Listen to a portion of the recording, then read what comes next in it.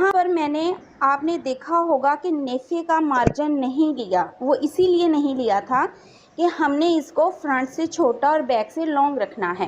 Back हम इसकी बढ़ा देंगे 1.5 इंचेस, ये आधा इंच हम इसमें मार्जिन ऐड कर देंगे अपनी सिलाई का।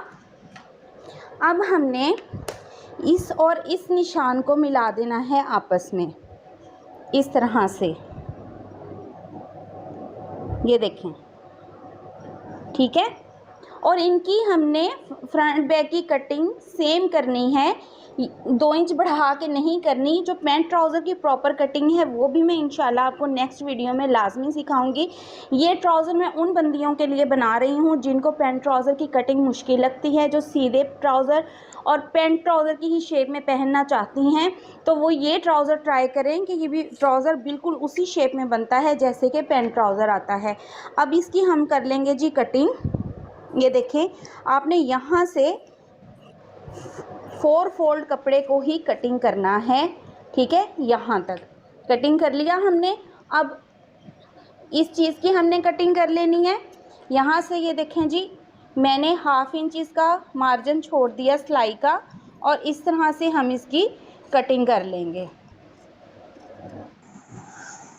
अब यहाँ पर इस पॉइंट को आपने गौर से देखना है कि हम किस तरह से फ्रंट बैक की जो है वो डीप कटिंग और लॉन्ग कटिंग कर सकते हैं। ये देखें जी, इस चीज़ को आपने ये इस तरह से मिला लेना है दोनों को। यहाँ से आप देखें, अब हमने आपस में इनको मिलाने के बाद दोनों फैब्रिक को, पहले हमने फैब्रिक को ऊपर नीचे रखा हुआ था, अब हमने खोल के इनको आपस में जॉइंट कर लिया।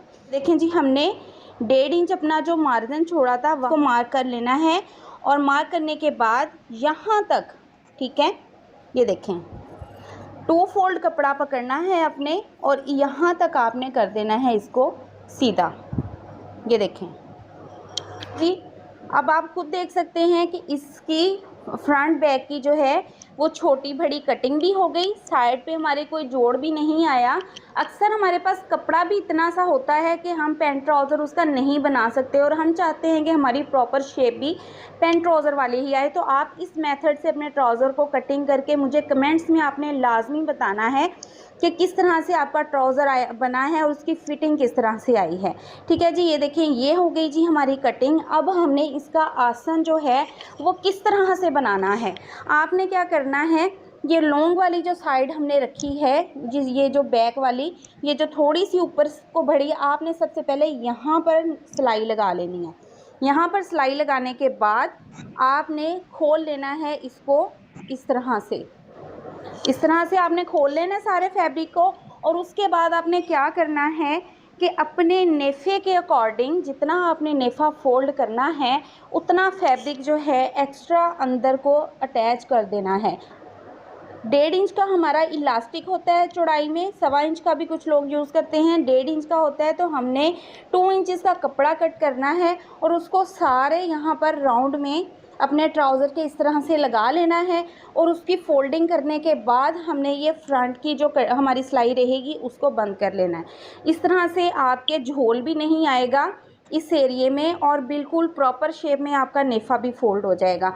ये पॉइंट भी आपको क्लियर हो गया। हमारे फैब्रिक ऐसे होते हैं कि जिनकी सिलाइयाँ निकलती हैं, आपने जब उनको ओवरलॉक करवाना है तो आपने ओवरलॉक करवाते वक्त इस चीज़ का ध्यान रखना है कि आपने ये जो फैब्रिक है इसको डबल ही ओवरलॉक नहीं करवाना, आपने सिंगल लेयर पकड़ के ओवरलॉक करवानी है। डबल फोल्ड ओवरलॉक करवाने से क्या होता है कि जब ओवरलॉक वाली मशीन इस फैब्रिक पे चलती है तो हल्के हल्के से यूं चुनट से आने लगते हैं, जगह पर जो है वो खिंचाव का सबब बनते हैं। और दूसरा पॉइंट ये है कि आपने जब भी ट्राउज़र की सिलाई लगानी है तो यहाँ से दोनों को स्टिच करने के बाद यहाँ पर यूँ सिलाई नहीं लगानी।